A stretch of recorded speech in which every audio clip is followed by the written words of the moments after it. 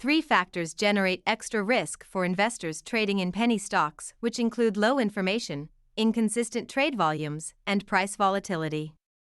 The first factor is that the company behind the stock may provide less information, or less reliable information, than higher-priced stocks on major exchanges.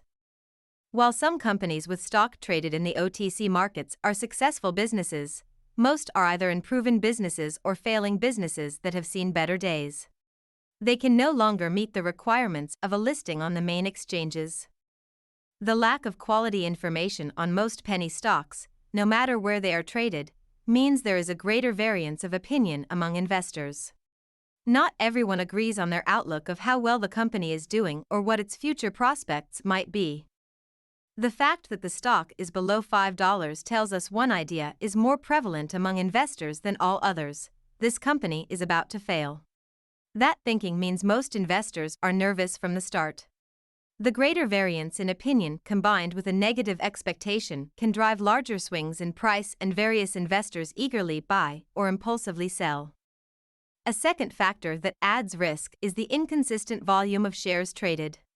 Every day that brings lower trading volumes on these stocks presents a risk to the trader. Lower trading volumes may make it difficult to get out of a position in a timely manner or at a desired price point. The third factor is price volatility. Penny stock prices can swing wildly in short periods of time. Upward price spikes in a penny stock generally come in waves that last about a month, but downward trends can last much longer.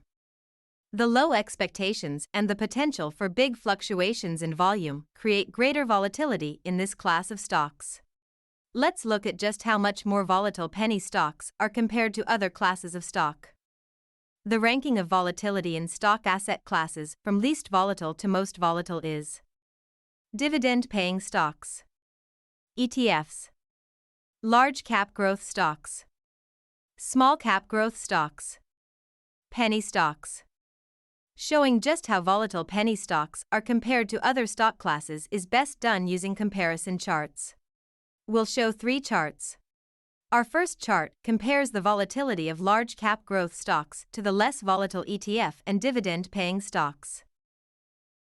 It appears from this chart that the stock prices of large-cap growth stocks move around more than ETFs or dividend-paying stocks. Next, we add in a comparison with small-cap growth stocks.